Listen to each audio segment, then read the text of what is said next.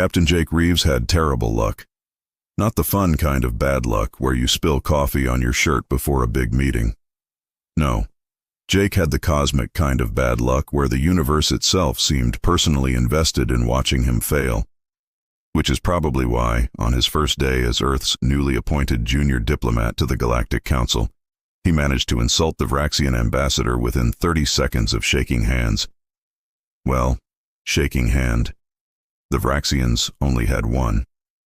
"I love your sash," Jake had said cheerfully, gesturing to the elaborate cloth draped across the ambassador's torso. "Very festive. Really brings out your, scales." The room went silent. And not the good kind of silent. The kind of silent that happens right before someone gets spaced out an airlock. "That is a mourning shroud," Ambassador Krethix replied, his voice colder than the vacuum outside. "I wear it to honor my deceased mate." Jake's brain, in a desperate attempt to save the situation, did what it always did under pressure. It made things worse. Oh, well, she had great taste. Or he, or they. I'm not assuming. Very progressive of you to mourn so publicly. Behind him, Jake heard his supervisor, Ambassador Patricia Chen, make a sound like a deflating balloon. The Galactic Council chamber, a massive circular room that looked like someone had mixed the United Nations with a spaceship casino, erupted in what could only be described as alien murmuring. 73 different species, all watching humanity's newest representative prove every stereotype about humans being adorable, but incompetent. See, humans were the new kids in the galaxy, and the galaxy had opinions. Lots of opinions. The prevailing theory among the Galactic Council was that humans were basically space toddlers who somehow achieved faster than light travel through sheer dumb luck. The evidence? Humans had looked at wolves, literal apex predators with teeth designed for ripping flesh, and collectively decided they would make excellent roommates. Then spent 10,000 years turning them into purse dogs and animals that could barely breathe properly. The galaxy didn't have dogs. They had sense. Perhaps, Krethix said slowly, his three eyes narrowing in a way that suggested he was reconsidering humanity's application for full council membership. We should discuss this matter privately. 2 hours later, Jake sat in a diplomatic suite that smelled like expensive regret, watching as Krethix's attendants carried in a massive reinforced crate. Patricia had her head in her hands. Court, Jake's newly assigned assistant, a nervous Thalixian with 4 arms, and a tendency to stress molt, was vibrating with what Jake really hoped was excitement and not terror. As a gesture of reconciliation, Krethix announced, "I present to you a Vraxian Razorclaw cub. May it serve as a bridge between our peoples." The crate door opened. Inside was quite possibly the most terrifying thing Jake had ever seen, and he'd once accidentally walked into the wrong bathroom on a Kraveen warship. The cub was the size of a leopard, covered in obsidian black scales that seemed to absorb light, with glowing amber eyes that had slit pupils. Its claws, even retracted, looked like they could open a tin can, or a rib cage. Probably both. "This is a gift?" Jake asked weakly. "A great honor," Krethix said, in a tone that strongly suggested it was actually a test. "Razorclaws are our homeworld's apex predators. Untamable, ferocious, loyal only to strength." The entire diplomatic corps had somehow found reasons to be in the hallway outside, watching through the windows. Jake could see them placing bets. Actual bets. With actual money. The cub stepped out of the crate, and every instinct in Jake's body screamed at him to run. Instead, he did what humans always did when faced with something that could kill them. He bent down and extended his hand. "Hey there, buddy," Jake said softly. "You're kind of terrifying, but I bet you're scared too, right? New place. Weird smells. Some idiot human getting in your personal space." The Razorclaw cub tilted its head. Then, and Jake would swear on every bad decision he'd ever made that this happened, it started purring. A deep rumbling sound that vibrated through the floor. It walked up to Jake, bumped its massive head against his palm, and proceeded to flop onto its back like a scaly puppy demanding belly rubs. Outside, someone dropped their tablet. It shattered on the floor. Nobody noticed. They were too busy watching a human do the impossible for the second time in history. The first time had been wolves. This was somehow more ridiculous. "Well," Jake said, scratching the death machine's chin while it purred loud enough to set off the room's vibration sensors, "I'm going to call you Ripley. You like that name? You look like a Ripley." Patricia finally looked up from her hands. "Jake, do you have any idea what you've just done?" "Made a friend," Jake offered hopefully. "That thing is supposed to be unteachable, untrainable. Every species that's tried to domesticate them has failed. They're basically murder incarnate with scales." Ripley, murder incarnate with scales, yawned widely enough to showcase teeth that belonged in a nightmare, then curled up on Jake's lap and went to sleep. Jake looked down at the purring apex predator currently using his thighs as a pillow and came to a profound realization. He was absolutely going to get blamed when this went horribly wrong. Turns out, having a razor claw as a pet was like having a very large, very scaly dog with abandonment issues and the ability to cut through reinforced steel. Which is to say, Ripley went everywhere Jake went, and the galaxy's opinion of humans somehow got even more complicated. Day 3 of Jake's diplomatic assignment started with Ripley playing fetch, with diplomatic data tablets, expensive ones, the kind that cost more than Jake's entire student loan debt back on Earth. Ripley would carefully carry them in her mouth, drop them at Jake's feet with only minimal bite marks, and wait expectantly for him to throw them again. "Ripley, no," Jake said, trying to sound stern while picking up the Thalixian trade agreement that now had puncture wounds. "These are important documents, not toys." Ripley's tail, which had small spikes along its length that could presumably impale someone, wagged. Actually wagged. Like a dog that could theoretically disembowel you but chose not to because you gave good ear scratches. The Galactic Council's morning session had an attendance problem. Specifically, half the delegates refused to enter the chamber because Ripley was sleeping under Jake's chair.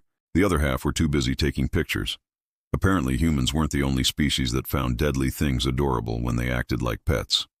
"This is unacceptable," Commander Thalos announced, his feathers ruffling with indignation. The Kraveen looked like someone had mixed a bird of paradise with a military general and given the result an ego problem.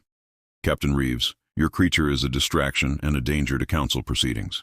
Ripley opened one amber eye, looked at Thalos, and growled. It was a sound that made several delegates reach for their personal shields.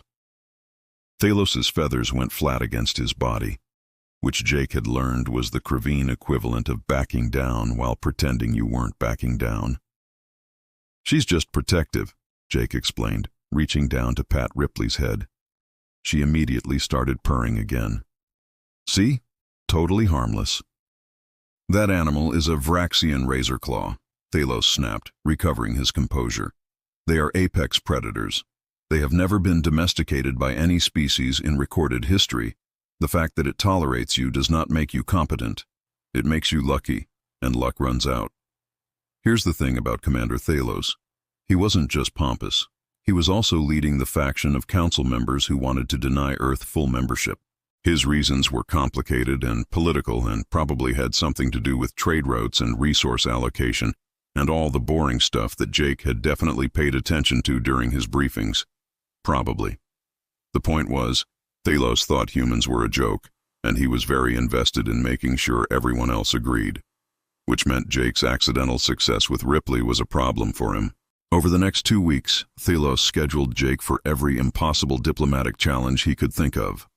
Mediating between the Crystallith Collective and the Plasma Consortium, who'd been in a Cold War for 3 centuries. Negotiating trade agreements with the hive mind of Sector 7, which communicated exclusively through interpretive dance. Attending a formal dinner with the Gluthraxians, whose idea of a polite meal involved food that was still technically alive and trying to escape the plate. Jake failed upward through all of it, mostly because Ripley's presence turned every negotiation into a weird performance of bravery. Delegates who'd normally spend hours arguing over minutia suddenly became very agreeable when a razorclaw was sitting 2 feet away, purring but also occasionally showing teeth. "I believe we can compromise on the tariff rates," the Crystallith ambassador said quickly, not taking their eyes off Ripley, who was currently grooming herself with claws that could score diamond. "Excellent. Jake said cheerfully, completely missing the fear in the room. See, diplomacy is easy when everyone's willing to work together. Court, who'd been taking notes with two hands while the other two sorted documents, leaned over. Captain Reeves, I don't think you understand. They're not agreeing because of your negotiation skills. They're agreeing because they're terrified of Ripley. That's ridiculous, Jake whispered back. Ripley's a sweetheart. Look at her. Ripley chose that moment to yawn, displaying a mouth full of teeth that belonged in a horror movie. 3 delegates flinched. Right, Court said. A sweetheart. But here's what Jake did understand, even if he didn't realize it. Having Ripley around wasn't just about intimidation. It was about breaking down barriers. Species that would normally never talk to each other suddenly had something in common. They were all equally confused by the human who had somehow turned a murder machine into a lapdog. It was like the galaxy's worst icebreaker, but it worked. By week 3, Jake had accidentally become the station's most effective diplomat. His success rate was off the charts. Ambassador Chen stopped looking like she wanted to retire early. Even the council members who'd been skeptical of humanity started warming up to Earth's application, which is exactly when things started going wrong. It started small. Power outages in the human delegation's quarters, encrypted messages getting intercepted, supplies going missing from secured areas. Jake noticed, but he figured it was just normal station problems. Space was complicated. Things broke. It happened. Ripley noticed too, but she noticed different things. She started growling at certain delegates when they passed in the hallway. Her scales would rise, making her look even more threatening, and she'd position herself between Jake and specific council members. Always the same ones, always members of Thalos's faction. She's just moody, Jake told Court after Ripley growled at a Kraveen officer for the 3rd time that day. Probably needs more exercise. Maybe I should teach her to play frisbee. Court's 4 eyes blinked in sequence, which Jake had learned meant the Thalixian was trying very hard not to say something rude. Captain Reeves, with respect, I don't think this is about exercise. I think Ripley is trying to tell you something. Like what? That she doesn't like birds? I mean, Thalos is kind of annoying, but Ripley can't judge people based on species. That's literally what we're trying to avoid here. One of Court's hands tapped nervously on his data tablet. The other 3 were stress molting, leaving small scales on the floor. I've been running some background checks. Not officially, you understand.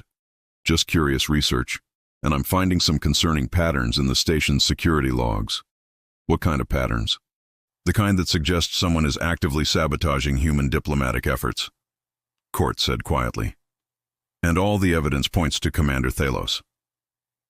Jake looked at Ripley, who was currently watching the door with the kind of focus that suggested she was waiting for something, or someone. Her tail wasn't wagging anymore. It was perfectly still, which Jake had learned was actually more terrifying than when she was being playful. Well, Jake said slowly, feeling the universe's terrible sense of humor revving up for round 2, this is going to be a problem. The thing about conspiracies is that they're usually discovered by accident, by someone who wasn't supposed to be paying attention in the first place.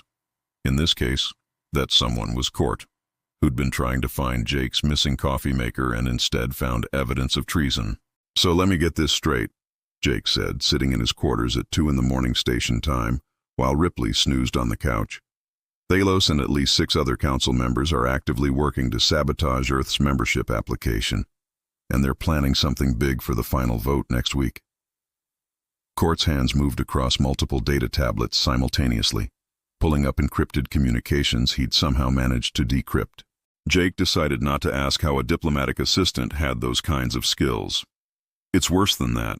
Look at these power grid logs. Someone's been systematically mapping the station's infrastructure, specifically the areas around the human delegation quarters and the main council chamber. Why would they need infrastructure maps? For planting something, Court said grimly. Explosives, most likely. My analysis suggests they're planning to stage an incident during the vote. Make it look like humans brought dangerous technology aboard. Give the council an excuse to not just deny membership but potentially expel us from the station entirely. Jake felt his stomach drop. This was so far above his pay grade it might as well have been in another solar system. We need to tell Ambassador Chen, or station security. or literally anyone with more authority than me. We can't.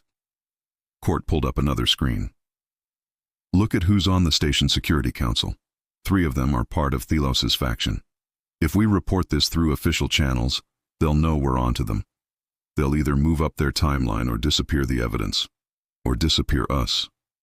Ripley's ears, which were basically scaled flaps that Jake found unreasonably cute, perked up. She lifted her head and stared at the door. A moment later, there was a soft sound in the hallway. Footsteps trying very hard to be quiet. Is someone out there? Jake whispered. Probably surveillance, Court whispered back. They've been monitoring your quarters for the past week. I installed countermeasures, but they keep finding new ways to listen in. Ripley stood up, stretched, and walked to the door. She sniffed at the gap underneath, then made a sound that was half growl, half huff. The footsteps in the hallway immediately retreated. Fast. Okay, Jake said, watching his emotional support murder lizard defend him from space spies. So we can't go through official channels. What can we do? Court's hands stopped moving, all 4 of them. When a Thelixian goes perfectly still, it means they're either terrified or having a really good idea. Sometimes both. We need proof. Solid, undeniable proof of what they're planning, and we need to catch them in the act. How are we supposed to do that? I'm a junior diplomat with terrible luck. You're an administrative assistant, and Ripley is, well, Ripley. Jake looked at the Razor Claw, who was now attempting to squeeze herself into a box that was clearly too small for her. Actually, that's not fair. Ripley's probably the most qualified of the 3 of us. That's actually not far from the truth, Court said slowly. Captain Reeves, what do you know about Razor Claw biology? They're scary, they're scaly, and apparently they like belly rubs. Why? Court pulled up a biological database. Razor claws are empathic predators. They don't just hunt prey, they sense intentions, emotional states. It's how they identify threats before their prey even knows they're being hunted. They're basically living lie detectors with claws. Jake looked at Ripley with new appreciation. She'd finally given up on the box and was now grooming her tail. So when she growls at Thelos's people, she's sensing hostile intent, Court finished. She knows they're a threat to you. She's been trying to warn you for weeks. And I thought she just didn't like birds. Jake felt like the universe was laughing at him again. So what you're saying is, my emotional support murder lizard is actually an emotional support security system. Essentially, yes. Great. Fantastic. So, we have a lie detector that can kill people. How does that help us stop a bombing? Court's hands started moving again, this time with purpose. We use Ripley to identify all the conspirators. You've been attending council sessions every day. Ripley's been with you. She's probably already identified everyone involved. We just need to figure out which ones have access to the locations where explosives might be planted. And then what? We can't exactly have Ripley point at people and say they're guilty. She's a Razor Claw, not a witness. No. Court agreed. But you're a diplomat with station-wide access and an apex predator that everyone's too scared to say no to. We can map out their plan, find the explosives, and document everything. Then we present it to the council during the vote with evidence they can't deny. Jake considered this. It was a terrible plan. Absolutely terrible. It involved him, a person with documented terrible luck, playing spy against a military commander with resources and connections Jake couldn't even imagine. It could go wrong in approximately 8,000 different ways. I'm in, Jake said, but we're going to need a better strategy than just wandering around hoping we find bombs. Thelos isn't stupid. He'll have contingencies. Ripley, finished with her grooming, walked over and put her head on Jake's lap. Her amber eyes looked up at him with what could only be described as confidence, or possibly gas. Jake really wasn't great at reading Razor Claw expressions. We do have one advantage, Court said. They don't think you're a threat. To them, you're just the lucky idiot who accidentally bonded with a Razor Claw. They're not expecting you to figure any of this out. That's because I didn't figure it out. You did. Details. Court waved a hand dismissively. The point is, we can use their underestimation against them. You keep doing what you've been doing, playing the cheerful, bumbling diplomat, Meanwhile, Ripley and I will do the actual investigating." "I feel like I should be offended by that," Jake said. "You should be offended by that," Court agreed. "But you're also going to be useful. You're the distraction. The friendly face that keeps everyone looking the wrong direction while we figure out what they're really planning." Over the next 3 days, they fell into a rhythm. Jake attended his diplomatic sessions, smiled at everyone, made small talk about Earth's weather patterns and humanity's weird obsession with fermented beverages. He complimented Thelos on his plumage. He enthusiastically discussed trade agreements and cultural exchanges and all the boring minutiae of galactic politics. And while Jake talked, Ripley watched. Her empathic senses mapped out the conspiracy member by member. Every time someone approached Jake with hostile intent, even hidden under diplomatic smiles, Ripley's scales would rise slightly. Court, watching from the side, would note the individual and add them to his growing list. At night, while the station slept, Court used his mysteriously competent hacking skills to track the conspirators' movements. He built a timeline, mapped out their communications, found the gaps in security footage that suggested where they'd been working. And Ripley, because she was apparently a very good girl who understood assignments, led them to the explosives. She'd sniff the air in hallways, her head swiveling until she caught a scent that made her growl. Chemical traces. The specific compounds used in high-yield station-grade explosives. By day 4, they'd found 3 separate caches hidden in maintenance access panels near the human delegation quarters. "This is enough to blow out an entire section of the station," Court said, examining the devices without touching them. "If these go off during the vote, it won't just kill humans. It'll cause a cascade failure. Hundreds of casualties." "They're not just trying to deny our membership," Jake said, feeling cold. "They're trying to make it look like we're terrorists. Worse, they're trying to start a war. If Earth is blamed for an attack that kills council members, the galactic response would be brutal. Humanity would be quarantined, possibly indefinitely." Jake scratched Ripley's head and she pressed into his hand, purring softly despite standing 2 feet from enough explosives to vaporize them all. "We can't just disable these. Even if we could do it safely, they'd know we found them. They'd either move up the timeline or switch to a backup plan. So what do we do?" Jake thought about it. Thought about his terrible luck and his tendency to make things worse. Thought about how he'd somehow ended up as the human responsible for his entire species' galactic future. Thought about Ripley, who'd chosen to trust him for reasons he still didn't fully understand.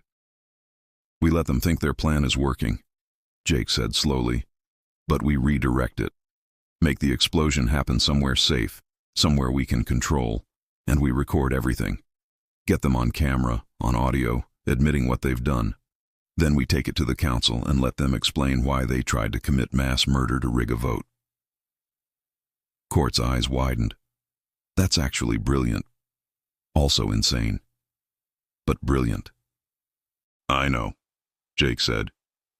"Which means it'll probably work, because the universe seems to think my life is a comedy show. Might as well lean into it."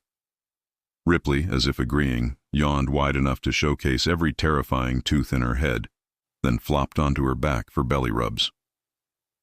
Jake obliged, scratching her scaled stomach while planning what was either the greatest diplomatic coup in human history or the fastest way to get himself killed. Knowing his luck, probably both. The plan, which Jake had titled Operation Adorable Apex Predator in the official mission brief that absolutely nobody would ever see, had 3 phases. Phase 1, reconnaissance. Phase 2, misdirection. Phase 3, try not to die. It was a solid plan. A terrible plan, but solid in its terribleness. Phase 1 started with Jake doing what he did best, being aggressively friendly in situations that called for caution. He requested a complete tour of the station's secure facilities, citing Earth's need to understand galactic security protocols. It was the kind of request that would normally take weeks to approve and involve 17 layers of bureaucracy. But Jake had Ripley, and nobody wanted to tell the human with the razor claw no.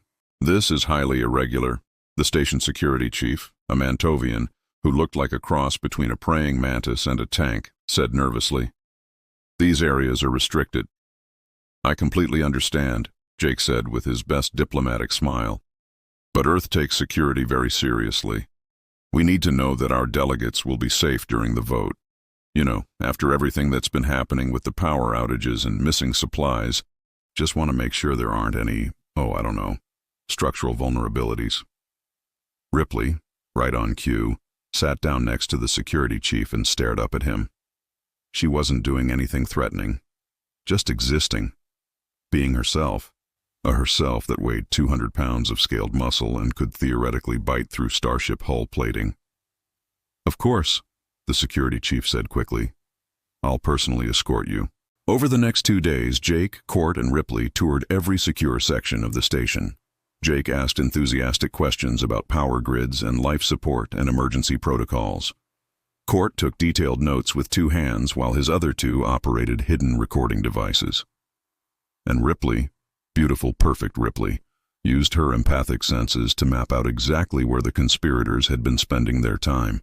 She also marked locations by peeing on them, which Jake thought was probably unnecessary, but apparently was how Razorclaws claimed territory.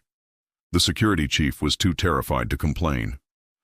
Found another one, Court whispered during their 3rd sweep, gesturing subtly to a maintenance panel near the main council chamber. Ripley had stopped and growled at it. That makes 5 separate devices. They're planning simultaneous detonations. Can you disarm them? Given enough time and proper tools, yes. Can I disarm them without leaving evidence that they've been tampered with? No. That was phase 2. Misdirection. Court had spent his evenings building exact replicas of the explosive devices, minus the actual explosives. Dummy bombs that looked identical but would produce nothing more dangerous than smoke and noise. Meanwhile, Jake had filed requests to inspect one of the station's unused cargo bays, claiming Earth wanted to establish a cultural exchange center. More bureaucracy, more forms, more opportunities for Thalos's faction to monitor what the humans were doing and feel confident that Jake was still just a bumbling diplomat playing at being important. The cargo bay was perfect, isolated, shielded, designed to contain hazardous materials. If something exploded there, the blast would be contained. No casualties, no structural damage, just a very loud demonstration of attempted murder. The hard part, Court explained while carefully routing the explosive device's trigger signals through a relay he'd hidden in the station's communication system, is making them think everything is going according to plan until the last possible moment. I can redirect the detonation signal, but they'll notice if the bombs aren't where they're supposed to be. So we do a swap, Jake said. Night before the vote, we replace their bombs with your fakes. They do their final checks, everything looks good. Then during the vote, their signal triggers our relocated devices in the cargo bay instead of vaporizing council members. And we record all of it. Their final coordination meeting, their activation of the devices, everything. Court's hands moved across his tablets. I've already planted surveillance in Thalos's private office. High-resolution audio and video. The moment he gives the order, we'll have him. Ripley, lying on the cargo bay floor, made a sound that was halfway between a purr and a growl. She'd been stressed for days, her scales constantly raised, her empathic senses probably screaming at her that danger was everywhere. But now, in this controlled space where the danger would be redirected, she seemed calmer, like she understood the plan. Good girl, Jake said, kneeling beside her. You've been working so hard. Just one more day, okay? One more day, and we'll either save Earth's galactic future or become the most spectacular diplomatic failure in human history. Ripley licked his face. Her tongue was rough and warm and left a trail of slime that smelled faintly of the unfortunate protein bar she'd stolen from Jake's desk earlier. It was disgusting. It was perfect. The night before the vote, while the station slept, the swap happened. Court's 4 hands made him uniquely suited for delicate technical work, while simultaneously maintaining surveillance and running interference. Jake served as lookout, which mostly involved standing in hallways looking casual, while his heart tried to hammer its way out of his chest. And Ripley, blessed Ripley, used her empathic senses to warn them when conspirators were nearby. She'd tense, her scales would rise, and Jake and Court would immediately divert to a different corridor. They moved through the station like the galaxy's worst spy team, leaving fake bombs and removing real ones, all while a razor claw acted as their supernatural early warning system. By dawn, it was done. 5 real explosive devices, carefully transported and installed in the cargo bay. 5 fake devices in their original locations, wired to transmit signals but produce only smoke. Everything connected to Court's hidden relay system.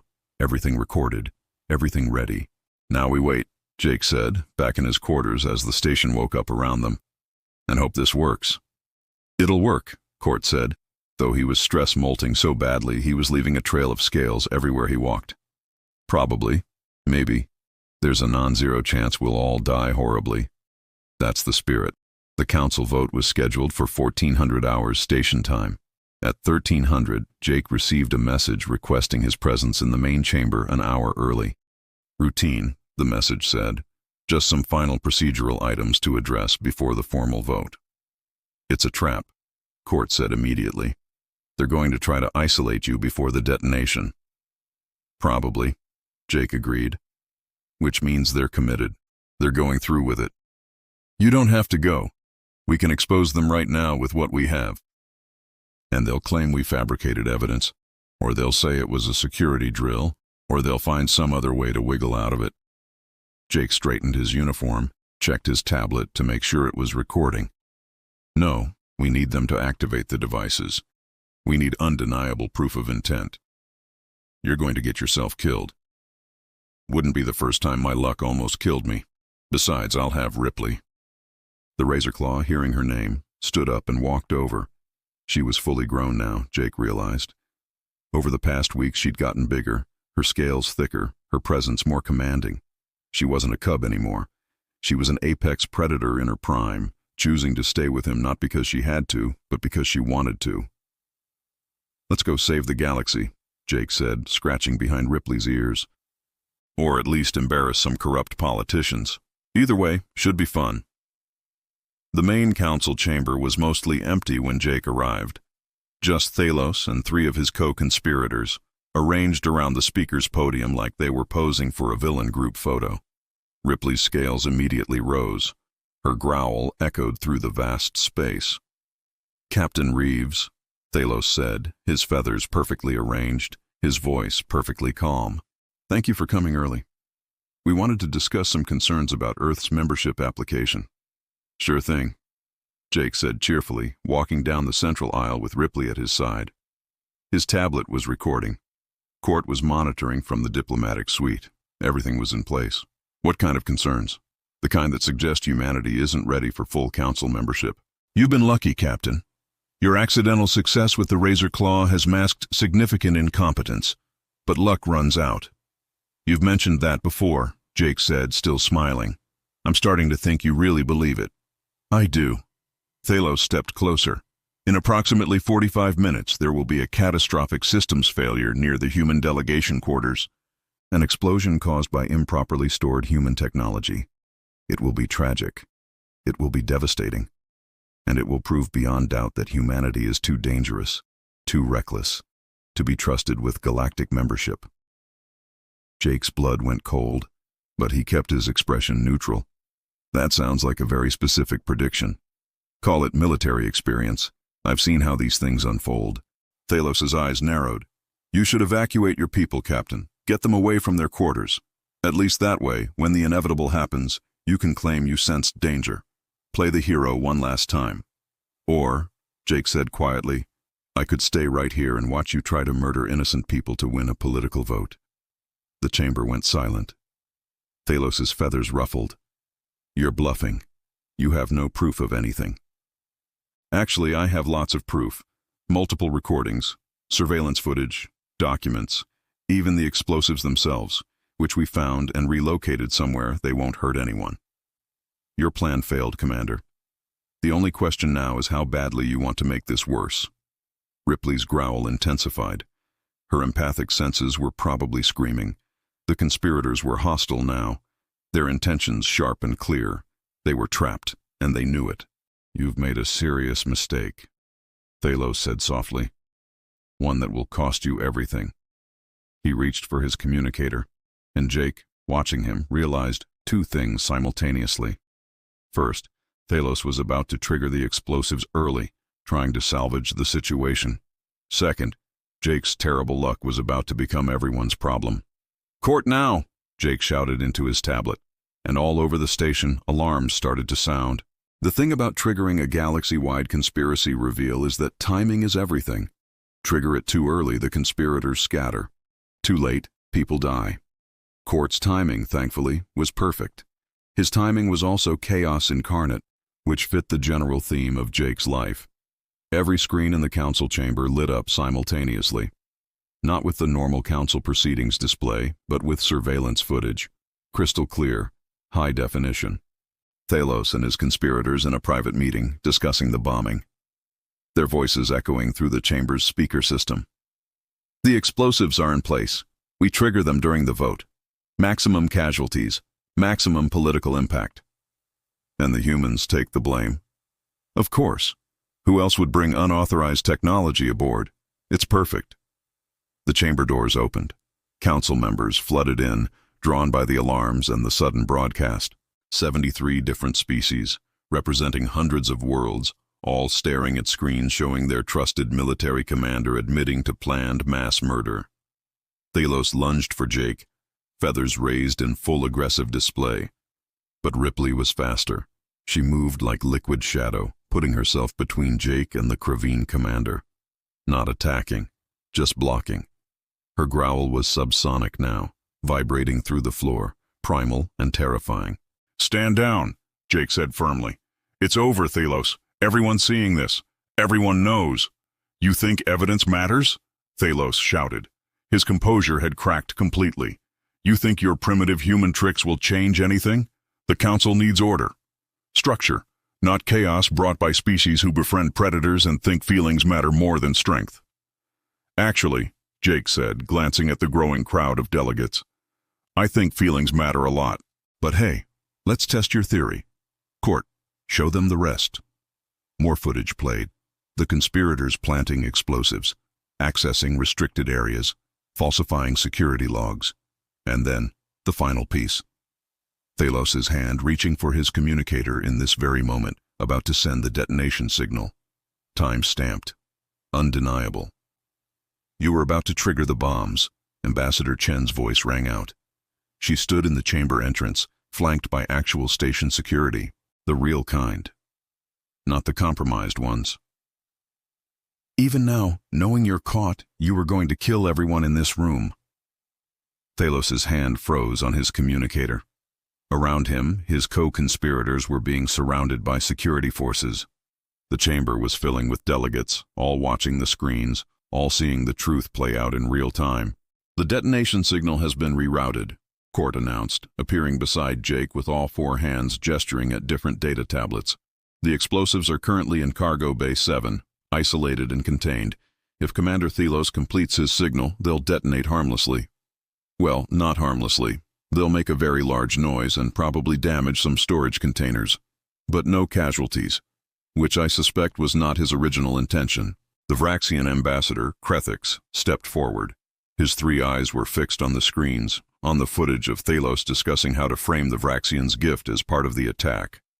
"You planned to use my people's gesture of reconciliation as evidence against humanity? You would have destroyed diplomatic relations between our species? So my terrible luck came through again?" "I don't think it's luck anymore," Court said, joining them. "I think you're just genuinely this chaotic and the universe doesn't know how to handle it." The crystalline elder floated over. "Captain Reeves, the council will vote on Earth's membership in 1 hour. I suspect the results will be favorable. In the meantime, I must ask, how did you know you could trust the Razorclaw? Every species that has tried to domesticate them has failed. Many have died trying." Jake looked at Ripley, who was currently trying to catch her own tail and failing adorably. "I didn't know. I just figured if she wanted to kill me, she would have done it already. And if she didn't want to kill me, maybe she wanted what every living thing wants, to be understood, to be safe, to have someone scratch that spot behind their ears that they can't quite reach themselves." "Fascinating," the elder chimed. "You reduced apex predator behavioral psychology to simple friendship. Is there supposed to be a difference?" Jake asked genuinely. The elder's crystals pulsed with what might have been laughter. Perhaps not. Perhaps that's the lesson humanity brings to this council. That complexity can be simple if we're brave enough to try. An hour later, the vote took place. Earth's admission to the Galactic Council passed with 70 votes in favor, 2 abstentions, and 1 opposed. The opposing vote came from the Mantovian security chief, who submitted a formal complaint about Ripley peeing on his maintenance panels. Jake felt that was fair. 6 months after Earth's admission to the Galactic Council, Jake stood in his new office on the Council Station's diplomatic level and wondered how his life had become even more ridiculous than it had been during the bombing conspiracy. The answer, currently destroying his couch by sharpening her claws on it, was purring loud enough to rattle the windows. "Ripley, no," Jake said without much hope. "That's the 3rd couch this month. We're running out of budget for furniture." Ripley paused, looked at him, then deliberately dragged one claw through the fabric with a sound like ripping silk. Then she flopped onto her back on the shredded couch, presenting her belly for rubs. It was manipulative. It was calculated. It worked. Every time. "You're a menace," Jake told her, obliging with belly rubs.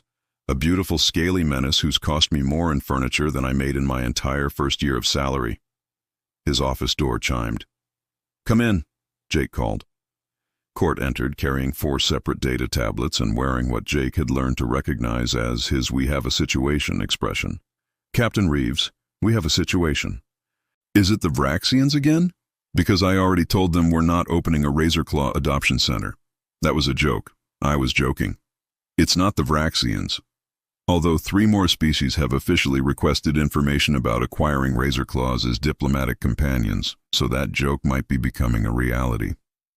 Court set down his tablets. "No, this is about your new assignment. The Council wants you to mediate a territorial dispute." "Okay, that's literally my job now. What's the catch?" "The dispute is between the Thermal Collective and the Frost Hierarchy. They've been in conflict for 500 years. Their species can't survive in each other's environmental conditions. They literally cannot meet face to face without dying. So they want me to, negotiate via video call? They want you to find a solution that 5 centuries of traditional diplomacy couldn't solve." Court's hands tapped nervously on the tablets. "Captain, they're asking for you specifically because of your success rate. You're becoming the Council's go-to mediator for impossible situations." Jake looked at Ripley, who had fallen asleep mid-belly rub, completely unaware that she'd become the galaxy's most famous diplomatic companion. In the 6 months since the conspiracy, 12 different news organizations had done profiles on the human and his Razorclaw. There were children's toys, merchandise. Someone had even started a holographic series called Captain Jake's Adventures that took wild liberties with actual events and made Ripley talk, which was both adorable and deeply inaccurate. "Remember when I was just a junior diplomat with terrible luck?" Jake asked. "Remember when I was just an administrative assistant who wasn't technically a spy?" Court countered. "Fair point."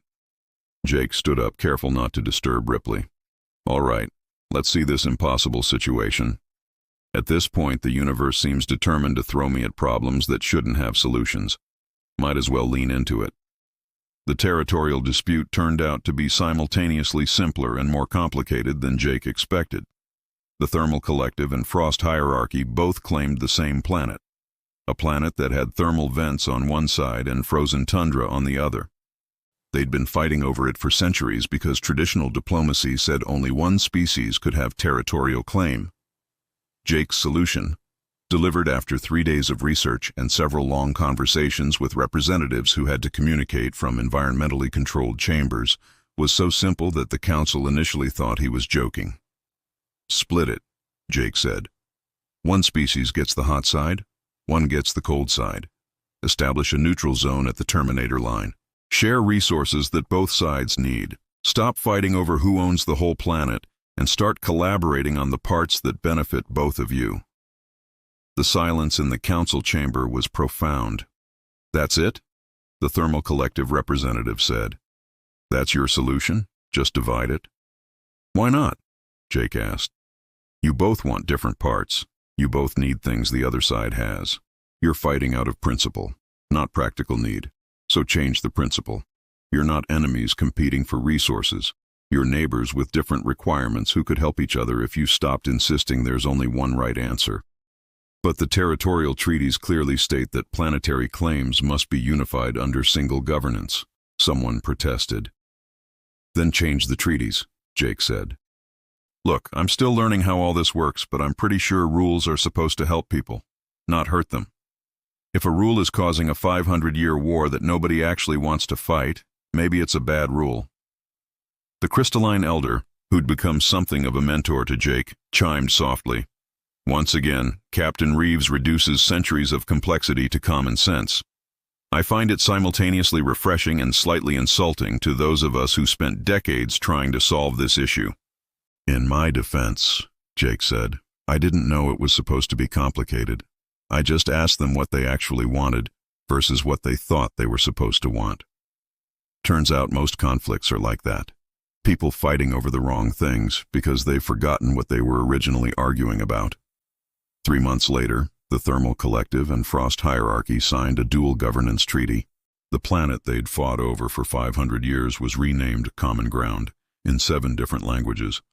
Jake attended the signing ceremony with Ripley, who celebrated by finding the most expensive ceremonial cushion in the room and taking a nap on it. You're becoming a legend, Ambassador Chen told Jake during the reception. The Council's impossible mediator. The human who solves unsolvable problems with apex predators and optimism. I would have saved the Council from making a catastrophic mistake, Thalos said, but his voice had lost its certainty. Humanity is dangerous, unpredictable. They bond with apex predators like their pets. They ignore every natural law of survival and somehow thrive. That's not strength. That's cosmic luck. And cosmic luck always runs out. You keep saying that, Jake said quietly, about luck running out. But I don't think you understand what humanity's actually doing. We're not lucky. We're empathic. We look at something that could kill us, and we ask ourselves, is it trying to kill us, or is it just scared? Is it a monster, or is it just something nobody's tried to understand? Ripley pressed against Jake's leg, still watching Thalos, still ready to defend. Her purr was barely audible under the chamber's tension. You see Ripley here as proof that I'm reckless, Jake continued. But she's not with me because I'm stupid or lucky. She's with me because razor claws are empathic predators. They sense intent, purpose, and apparently my intent to genuinely help people, even when I'm terrible at it, was enough for her to trust me. She's been warning me about you for weeks. I just wasn't listening. A touching story, Thalos sneered, but it changes nothing. Earth's application will still be denied. You've proven exactly what I said. You're chaos. You break every rule. You turn order into confusion. Actually, came a new voice, deep and resonant, I believe Captain Reeves has proven something far more interesting. The speaker was a crystalline elder, one of the Council's oldest members, a being composed of living crystal formations that refracted light in hypnotic patterns. They floated to the center of the chamber, their presence commanding immediate silence. For 3 centuries, this council has operated on a principle: strength through structure, order through hierarchy. We have maintained peace by ensuring everyone knows their place, and we have stagnated because of it. Species that could have been allies remained enemies because neither would break protocol to extend friendship first. Conflicts that could have been resolved with conversation instead festered for generations because formal diplomatic channels are so cumbersome that by the time we schedule meetings, everyone forgets why they were angry. The elder turned toward Jake. Then humanity arrives, barely spacefaring, technologically inferior, politically naive, and in 3 weeks their worst diplomat has resolved more conflicts than some of our best negotiators manage in years. Not through superior strategy, not through manipulation, but through genuine, almost reckless empathy. That's not a qualification for council membership.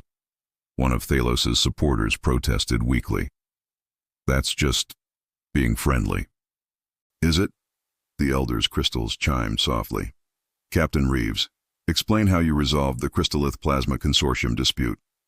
Jake blinked. I just asked them what they were actually fighting about. Turns out it was a misunderstanding from 300 years ago about a trade route that doesn't even exist anymore. They were so committed to the conflict that nobody had bothered to check if it was still relevant. And the hive mind negotiations?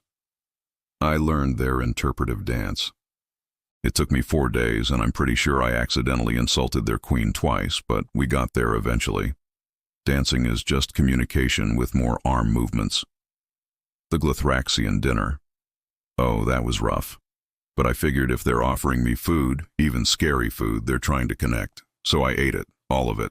Even the part that tried to crawl away. Ripley helped with that one. The Elder's crystals brightened.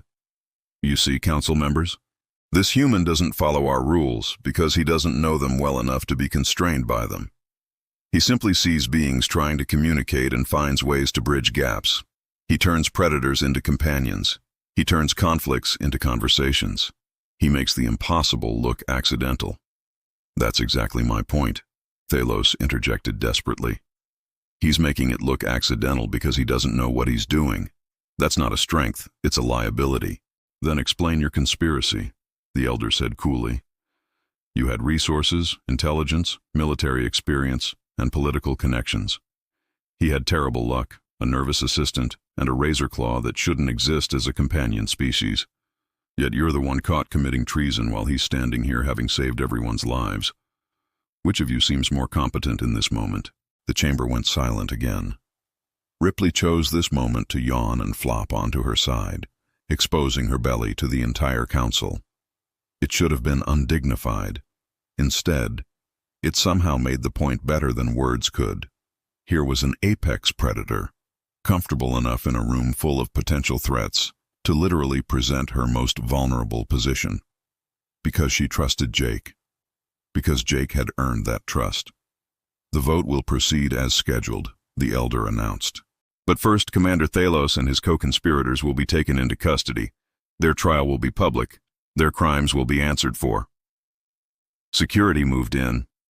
Thalos made one last desperate reach for his communicator, and Jake realized the commander was actually going to do it. He was going to trigger the explosives anyway, even knowing they'd been moved, even knowing it would only prove his guilt beyond any remaining doubt. Because he couldn't accept being wrong, couldn't accept that humanity's approach worked. Ripley was faster. She moved like lightning, her jaws clamping down on Thalos's wrist, not breaking it, not even bruising it, just holding it, gently, the way a dog might hold an egg, the ultimate display of controlled strength. Good girl, Ripley, Jake said softly. Gentle, very gentle. We're not trying to hurt him. We're just trying to stop him from hurting others. Thalos stared at the razor claw, holding his wrist in her teeth. Those amber eyes locked on his, and something in him finally broke. Not his bones, his certainty. How? He whispered. How does a creature like this obey you? She doesn't obey me, Jake said. She partners with me. Big difference. Now, are you going to drop the communicator, or does Ripley need to hold your hand through your arrest? Because I gotta warn you, she's been drooling lately and it's kind of gross. As if on cue, a string of drool dripped from Ripley's mouth onto Thalos's feathers. The proud military commander, architect of a galaxy-wide conspiracy, defeated by slobber and the realization that he'd been outsmarted by what he'd considered the council's greatest fool.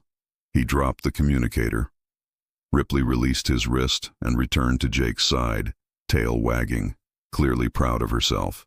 Security took Thalos and his conspirators away. The council chamber buzzed with conversation in 73 different languages. Ambassador Chen approached Jake, her expression unreadable. You do realize you just committed approximately 47 violations of diplomatic protocol, broke into restricted areas, conducted unauthorized surveillance, and relocated explosive devices without proper authorization? Yes, ma'am, Jake said. In my defense, I was trying to prevent mass murder, which is the only reason you're not being arrested alongside Thalos. She paused, then smiled. Actually smiled. That, and you just guaranteed Earth's council membership. Congratulations, Captain. You've saved humanity's galactic future by being spectacularly reckless. I'm really not that special, Jake protested. I just talk to people. That's exactly what makes you special. You talk to people like they're people, not political entities. not strategic resources, just beings trying to exist and maybe not be miserable. It's such a radically simple approach that nobody else thought to try it. Court joined them, holding multiple drinks with his 4 hands. Captain, you have 6 new mediation requests. Also, the Vraxian ambassador wants to know if Ripley would be interested in a mating arrangement with their ambassador is Razorclaw. Apparently, bonded Razorclaws are becoming a status symbol. Absolutely not, Jake said. Ripley is not participating in arranged marriages. She's a strong, independent apex predator who makes her own choices. Ripley, hearing her name, opened one amber eye, assessed that nothing interesting was happening, and went back to sleep on her ceremonial cushion.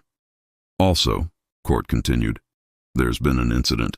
3 species tried to domesticate their own Razorclaws using your methods. It didn't go well. Nobody died, but there were injuries. The Council is requesting that you write official guidelines on human-predator bonding techniques. Jake stared at him. I don't have techniques. I just treated Ripley like a friend who happens to have claws. Yes, well, apparently that's a technique. A very effective one that requires more explanation than just be nice to the murder lizard. Court handed Jake a data tablet. They're calling it the Reeves Protocol. There's a proposal to establish a xenobiology research program studying human-animal bonding patterns. You'd be the primary consultant. This is insane. I'm not a xenobiologist. I'm barely a diplomat. You are the chief diplomatic officer who's resolved more conflicts in 6 months than most species manage in decades, Ambassador Chen corrected. You've proven that humanity's approach to interspecies relations, our instinct to befriend rather than dominate, is uniquely valuable. The Council wants to understand it, study it, apply it. Jake looked around the reception. Species from across the galaxy, mingling peacefully, celebrating a treaty that ended a 500-year conflict. All because someone asked, why not share, instead of, who wins? Is this what humanity brings to the galaxy? Jake asked quietly. The audacity to suggest that complicated problems might have simple solutions if we just stop making them complicated. The crystalline elder floated over, their crystals refracting the reception's lights into rainbow patterns. Captain Reeves, may I share an observation? For millennia, the galaxy has operated on a principle of strength and dominance. The strong survive. The weak adapt or perish. It's natural law. Universal. Inescapable. Okay, Jake said carefully, sensing he was being set up for something. Then humanity arrives. A species that looked at wolves, creatures designed by evolution to kill efficiently, and said these would be excellent friends. You took apex predators and turned them into companions. You domesticated aggression itself. You broke natural law through sheer stubborn empathy.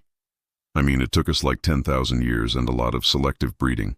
But sure, and now you've done it again. In 6 months, you've taken a Razorclaw, a creature even the Vraxians consider untamable, and turned it into a diplomatic asset. You've resolved conflicts that defied conventional solutions. You've made the impossible routine. The Elder's crystals chimed softly. Do you understand what that means? Jake thought about it. About Earth's history of befriending things that could kill them. Dogs, cats, horses, birds of prey. About humanity's weird insistence that everything deserved a chance at friendship before being judged as a threat. About how Ripley had chosen him not despite being a predator, but because she recognized something in him that said, safe. I think, Jake said slowly, it means humanity's superpower is aggressive friendship. We look at the universe and decide that everything's a potential friend until proven otherwise. Even the scary stuff. Especially the scary stuff. Because if we can be friends with wolves, why not space lizards? If we can share the planet with apex predators, why can't thermal and frost species share too? Precisely, the Elder agreed. You break hierarchies by refusing to acknowledge they should exist. You solve conflicts by suggesting everyone can win. You tame the untamable by treating them with kindness. It's ridiculous, it's illogical, it's statistically improbable, and yet it works. So what you're saying is, humanity's contribution to the galaxy is being too naive to know when something's impossible, so we just do it anyway. I'm saying, the Elder corrected gently, that humanity reminds us that impossible is often just nobody's tried being nice yet. And in a galaxy that spent eons prioritizing strength over compassion, that's revolutionary. Ripley chose this moment to wake up, stretch elaborately, and walk over to Jake. She was bigger now, fully mature, her scales glossy and dark. She was beautiful and terrifying, and she bumped her head against Jake's hand, demanding scratches. He obliged, rubbing that spot behind her ears that made her purr like a starship engine. Captain Reeves, the Vraxian ambassador, Krethix, approached with his characteristic dignity. "I must thank you. When I gave you Ripley, it was meant to be a test. A way to prove humans were unprepared for galactic society. Instead, you proved that my species has been wrong about razor claws for generations. They're not untamable. We were just approaching them with dominance instead of partnership." "They're empathic predators," Jake said, repeating what Court had taught him. "They respond to genuine intent. You can't fake friendship with them. You have to mean it." "Exactly. And humans mean it. You look at predators and see potential companions. You look at conflicts and see misunderstandings. You look at impossible situations and see opportunities. It's maddening. It's also exactly what this council has been missing." Over the next months, Jake's work evolved. He wasn't just mediating disputes anymore. He was teaching other diplomats to ask different questions, to look past formal protocols and traditional hierarchies, and ask what beings actually needed versus what they thought they should want. It didn't always work. Some species were too entrenched in their ways.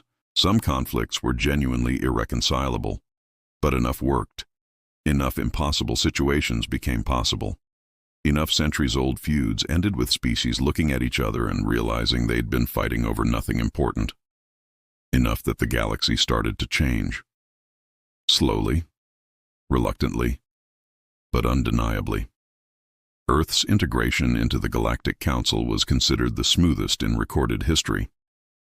Not because humans were perfect. They weren't. They made mistakes. They broke protocols. They accidentally insulted people regularly. But they also approached every interaction with genuine curiosity and radical empathy. They treated aliens like people. And it turned out that was enough. A year after the conspiracy, Jake received a formal commendation from the Council for services to interspecies relations, for innovative diplomatic approaches, for proving that humanity's inclusion strengthened the galaxy. The ceremony was elaborate and formal, and everything Jake had learned to tolerate about galactic bureaucracy. Ripley slept through the entire thing, sprawled across 3 ceremonial chairs, because she'd gotten too big for one. Nobody complained. The razor claw, who'd become the symbol of human-alien cooperation, could sleep wherever she wanted. "Thank you all," Jake said when it was his turn to speak. "Though I'm pretty sure most of this credit belongs to Ripley. And to Court, who does all the actual work, while I just smile and pet things. And to Ambassador Chen, who hasn't fired me despite giving her multiple heart attacks. And honestly, to every species willing to give humanity a chance despite us being the newcomers who befriend apex predators and think that's normal. Newcomers who befriend apex predators and think that's normal. But if there's one thing I've learned this year, it's that normal is overrated. The galaxy's been doing things the same way for so long that everyone forgot there might be other approaches. Humanity didn't bring superior technology or military might or ancient wisdom. We brought curiosity, empathy, the stubborn belief that most beings are trying their best and deserve patience. And apparently, that was enough to change things. So here's to being weird, to befriending the unfriendable, to solving the unsolvable by suggesting maybe it doesn't need to be that complicated, to humanity, to our bizarre insistence that the universe is full of friends we haven't met yet, to everyone who gave us a chance, and to Ripley, who could definitely eat all of us but chooses not to because we give good scratches. Ripley, hearing her name, woke up, yawned to showcase every terrifying tooth, then went back to sleep. The council chamber erupted in applause, laughter, and 73 different species versions of approval. And Jake, standing there with terrible luck that had somehow become legendary success, realized something profound. He hadn't changed. He was still the same bumbling diplomat who'd insulted an ambassador 30 seconds into his first assignment. But the galaxy had changed around him, had adapted to him, had learned from him. That was humanity's real contribution. Not being perfect, not having all the answers. Just being genuinely, stubbornly, relentlessly committed to the belief that friendship was worth trying. Even when it was hard. Even when it seemed impossible. Even when it involved creatures with claws that could cut through starship hulls. 3 years later, the Council established the Interspecies Cooperation Initiative, a program dedicated to studying human bonding patterns and applying them to galactic diplomacy. Jake was named director. Ripley was named deputy director, though her main job responsibilities involved sleeping and occasionally intimidating people at negotiations. The galaxy had 60 new cross-species companion relationships. Razor claws, yes, but also other species' apex predators. Beings that had been considered too dangerous to coexist with were now diplomatic partners. The Reeves Protocol was required study for all new Council diplomats. Human literature about domestication and animal psychology became surprisingly popular across multiple species. And Jake, Captain Jake Reeves, with his terrible luck and worse timing, became the face of a diplomatic revolution. He'd started entirely by accident, by being kind to something that could kill him, by asking, why not, when everyone else said impossible, by treating a predator cub like a friend instead of a threat. The galaxy didn't have dogs before humans arrived. Now they had something better. They had proof that predators and prey could be partners, that strength and compassion weren't mutually exclusive, that the scariest things in the universe might just need someone to show them kindness first. Captain Jake Reeves had terrible luck, but as it turned out, the galaxy had even worse luck, because now they were stuck with him, with his optimism, his empathy, his ridiculous belief that everything deserved a chance at friendship. And somewhere in the universe, on a planet where thermal vents met frozen tundra, two species that had fought for 500 years were building a shared city. Together, because a human with an apex predator had suggested that maybe, just maybe, they didn't have to be enemies. The predator cub had roared like a monster, then became the human's little helper. And in doing so, showed the galaxy that monsters were just friends nobody had bothered to understand yet.